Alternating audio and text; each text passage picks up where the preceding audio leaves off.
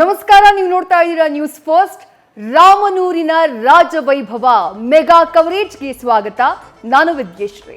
ನಾನು ರಕ್ಷತ್ ಶೆಟ್ಟಿ. ಬರೋಬ್ಬರಿ 496 ವರ್ಷದ ಸಂಘರ್ಷ ಇದು, ಹೋರಾಟ ಇದು, ಪ್ರತಿಜ್ಞೆ ಇದು. ಕೊನೆಗೆ ಆ ಪ್ರತೀಕ್ಷೆ ಇವತ್ತು ಈಡೇರ್ತಾ ಇದೆ.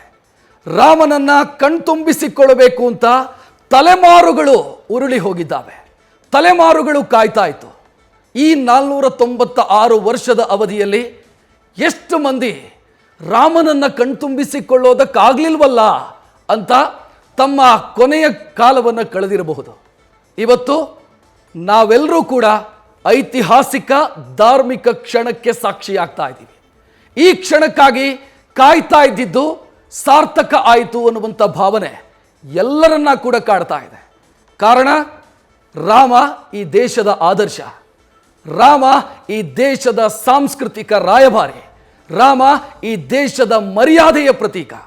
ರಾಮನಿಗೊಂದು ಭವ್ಯ ಶ್ರೀರಾಮ ಮಂದಿರ ಆಗಬೇಕು ಅನ್ನೋದು ನಮ್ಮೆಲ್ಲರ ಕನಸಾಗಿತ್ತು, ಈ ದೇಶದ ಪ್ರತಿಯೊಬ್ಬ ನಾಗರಿಕನ ಕನಸೂ ಆಗಿತ್ತು. ಇವತ್ತದು ಈಡೇರ್ತಾ ಇದೆ. ಅಯೋಧ್ಯೆ ಸಪ್ತ ಪುಣ್ಯ ನಗರಗಳ ಪೈಕಿ ಮೊದಲನೆಯ ನಗರ ಅಯೋಧ್ಯೆ.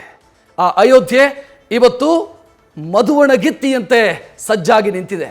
ತನ್ನ ಪ್ರಭುವನ್ನು ಬರಮಾಡಿಕೊಳ್ಳುವುದಕ್ಕೆ, ತನ್ನ ಪ್ರಭುವಿನ ಆಗಮನದ ನಿರೀಕ್ಷೆಯಲ್ಲಿ ಸರಯೋ ಕಾಯ್ತಾ ಇದ್ದಾಳೆ. ಕೋಟ್ಯಾನುಕೋಟಿ ಭಕ್ತರು ದೊಡ್ಡ ನಿರೀಕ್ಷೆಯಲ್ಲಿ ಆಸೆ ಕಂಗಳಿಂದ ಕಾಯ್ತಾ ಇದ್ದಂಥ ದಿನ ಹತ್ತಿರವಾಗಿದೆ.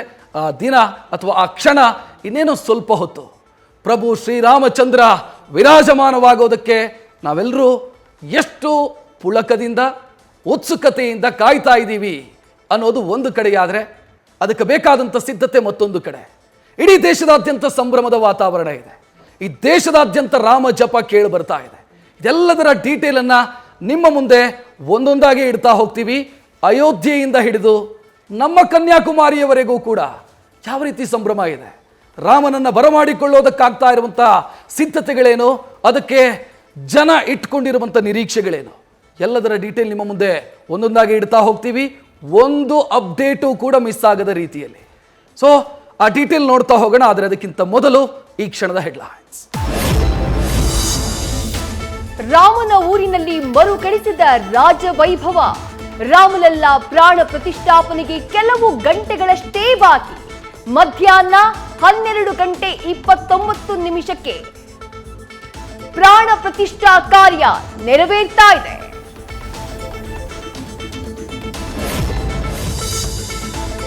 ಪ್ರಾಣ ಪ್ರತಿಷ್ಠಾಪನೆಯ ಯಜಮಾನರಾಗಿದ್ದಾರೆ ಪ್ರಧಾನಿ ಮೋದಿ.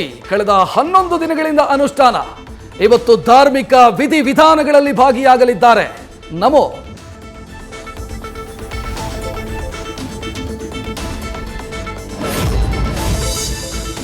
ಅಯೋಧ್ಯೆಯಲ್ಲಿ ಭಕ್ತರಲ್ಲಿ ಮನೆ ಮಾಡಿರುವ ಸಂಭ್ರಮ. ನೃತ್ಯ ಮಾಡ್ತಾ ಆದಿಪುರುಷನನ್ನ ಸ್ವಾಗತಿಸ್ತಾ ಇರೋ ಜನ. ಎಲ್ಲೆಲ್ಲೂ ಸಡಗರದ ವಾತಾವರಣ.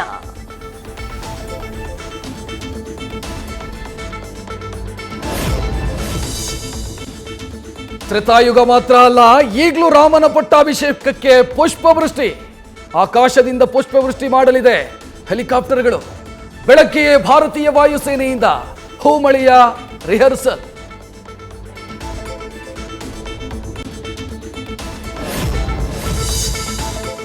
ರಾಜ್ಯದಲ್ಲೂ ರಾಮಲಲ್ಲ ಪ್ರತಿಷ್ಠಾಪನೆಯ ಸಡಗರ. ವಿವಿಧ ದೇಗುಲಗಳಲ್ಲಿ ರಘುಕುಲ ತಿಲಕನಿಗಾಗಿ ವಿಶೇಷ ಪೂಜೆ ಪುನಸ್ಕಾರ.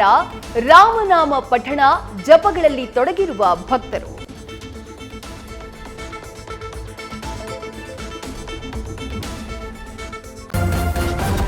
ನ್ಯೂಸ್ ಫಸ್ಟ್, ನಿರ್ಭೀತಿಯಿಂದ ನಿಮ್ಮ ಪರವಾಗಿ.